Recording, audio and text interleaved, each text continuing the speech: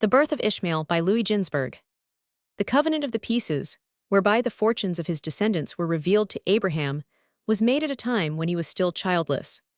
As long as Abraham and Sarah dwelt outside of the Holy Land, they looked upon their childlessness as a punishment for not abiding within it.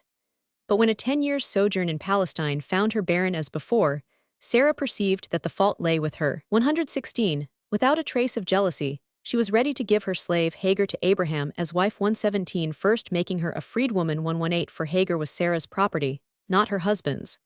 She had received her from Pharaoh, the father of Hagar.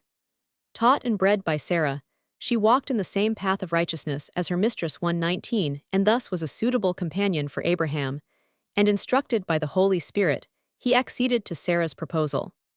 No sooner had Hagar's union with Abraham been consummated, and she felt that she was with child, than she began to treat her former mistress contemptuously, though Sarah was particularly tender toward her in the state in which she was. When noble matrons came to see Sarah, she was in the habit of urging them to pay a visit to poor Hagar, too. The dames would comply with her suggestion, but Hagar would use the opportunity to disparage Sarah. "My lady Sarah," she would say, "is not inwardly what she appears to be outwardly. She makes the impression of a righteous, pious woman, but she is not, for if she were, how could her childlessness be explained after so many years of marriage, while I became pregnant at once?" Sarah scorned to bicker with her slave, yet the rage she felt found vent in these words to Abraham. 120, "It is thou who art doing me wrong. Thou hearest the words of Hagar, and thou sayest not to oppose them, and I hope that thou wouldst take my part.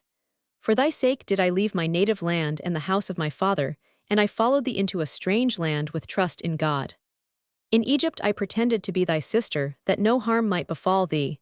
When I saw that I should bear no children, I took the Egyptian woman, my slave Hagar, and gave her unto thee for wife, contenting myself with the thought that I would rear the children she would bear. Now she treats me disdainfully in thy presence. O that God might look upon the injustice which hath been done unto me, to judge between thee and me, and have mercy upon us, restore peace to our home, and grant us offspring, that we have no need of children from Hagar, the Egyptian bondwoman of the generation of the heathen that cast thee in the fiery furnace." 121. Abraham, modest and unassuming as he was ready to do justice to Sarah, and he conferred full power upon her to dispose of Hagar according to her pleasure. He added but one caution: having once made her a mistress, we cannot again reduce her to the state of a bondwoman. Unmindful of this warning, Sarah exacted the services of a slave from Hagar. Not alone this, she tormented her, and finally she cast an evil eye upon her, so that the unborn child dropped from her and she ran away. On her flight she was met by several angels, and they bade her return, at the same time making known to her that she would bear a son who should be called Ishmael, one of the 6 men who have been given a name by God before their birth, the others being Isaac, Moses, Solomon, Josiah, and the Messiah. 122. 13 years after the birth of Ishmael, the command was issued to Abraham that he put the sign of the covenant upon his body, and upon the bodies of the male members of his household. Abraham was reluctant at first to do the bidding of God, for he feared that the circumcision of his flesh would raise a barrier between himself and the rest of mankind. But God said unto him, "Let it suffice thee that I am thy God and thy Lord, as it sufficeth the world that I am its God and its Lord." 123.